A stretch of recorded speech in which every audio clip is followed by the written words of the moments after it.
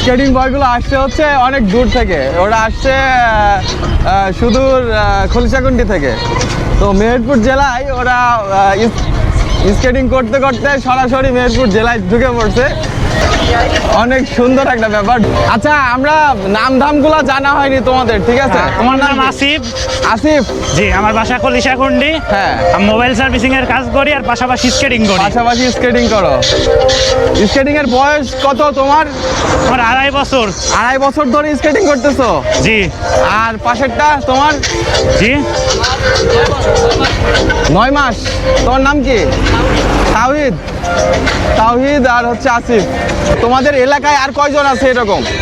আমাদের 15 থেকে 20 জন, কুষ্টিয়া এবং খলিশাকুন্ডি মিলে। আর আমাদের কুষ্টিয়ায় 200 জন স্টুডেন্ট ছিল।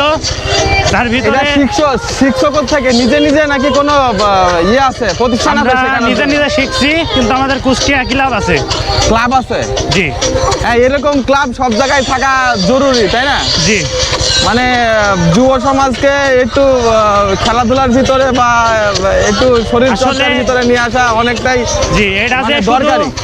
এটা যে শুধু খেলা এমন নাই, এটাতে ব্যায়াম সহ হয়। হ্যাঁ, হ্যাঁ। এবং কোনো ছেলেপিলে গেমে আসক্ত হচ্ছে না, হ্যাঁ। যেমন সিগারেট বা ধূমপান এই দিকে যাচ্ছে না। অবশ্যই অবশ্যই। জি। এটা আনন্দের সাথে আর কি খেলা খেলছে, কিন্তু এটা চলাইলে অবশ্যই সাবধানে চলাইতে হবে এবং সেফটি ইউজ করতে হবে। সেফটি গার্ড তো অবশ্যই ইউজ করা। রোডের কারণে হচ্ছে না? না, জি জি, পা রাখাই যাচ্ছে না। এটা যত প্লেন রাস্তা হয় তত ভালো হয় মনে হয়, তাই না? যে এই রাস্তাটা যত তেলা হয় আমাদের জন্য তত ভালো হয়। আমরা কুষ্টিয়া থেকে হাডিং ব্রিজ পর্যন্ত রান করছি এবং কুষ্টিয়া থেকে কুমারখালী পর্যন্ত রানিং করছি। তোমার সর্বোচ্চ যাওয়া কত দূর আছে? আমি আজকে এলাম মেহেরপুর। হ্যাঁ। আর এর আগে মারছি খলিশাকুন্ডির থেকে আবেদের ঘাট, দৌলতপুর আবেদের ঘাট, আর কুষ্টিয়া মারছি, কুষ্টিয়া কুমারখালী মারছি।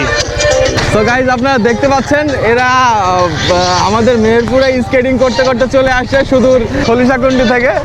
তো স্কেটিং আসলে দেখতে যতটা ভালো লাগে ততটা হচ্ছে ইচ্ছা থাকে যে এটা আসলে যদি আমরাও করতে পারতাম। এটা আমার পার্সোনালি অনেক শখ ছিল। এদের স্পিডও অনেক ভালো আছে। এটা দৈহিক ব্যায়ামের পাশাপাশি এই যে মুরব্বী,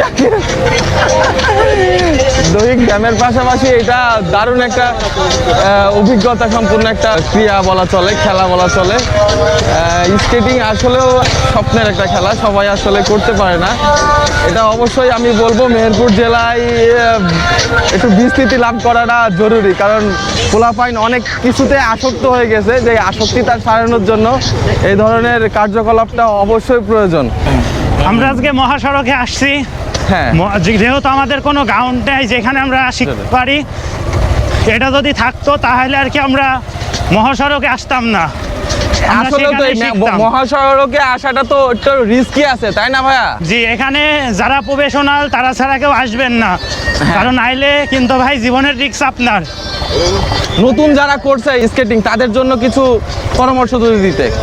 ভাই, নতুন যারা শিখছে তাদের জন্য অবশ্যই মাটিতে ইউজ করতে হবে, রোডে না। ফার্স্টে তারা মাটিতে দেওয়াল ধরে আস্তে আস্তে দাঁড়াবে, তারপরে যখন দেওয়াল ধরা হয়ে যাবে, হ্যাঁ, কিন্তু অবশ্যই গার্ড ইউজ করতে হবে, হেলমেট ও হাঁটু ও পায়ের গার্ড।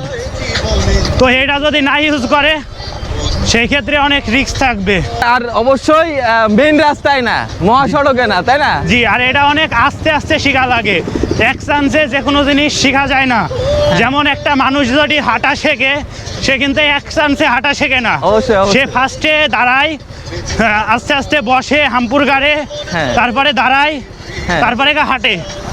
এভাবেই হাঁটা শেখে। কিছুবার উঁচুট খেবে, কিন্তু উঁচুট খেয়ে যদি থেমে যায় সে কিন্তু হাঁটতে পারবে না। প্রত্যেকটা স্কিল শেখার জন্য একটু অর্ধবসায় প্রয়োজন, একটু প্র্যাকটিস প্রয়োজন। জি। হ্যাঁ, অনেক পরে তারপরে যেমন আমরা মহাসড়কে আসি, আমরা সব সময় আমাদের ব্যাগে ড্রেসিং ইউজ করি, কারণ যেন পড়ে গেলে আমরা সেটা নিজেরাই ঠিক করতে পারি ও ব্যান্ডেজ করে প্রাথমিক কিছু চিকিৎসা নিতে পারি। হ্যাঁ হ্যাঁ, চলো যাও যাও।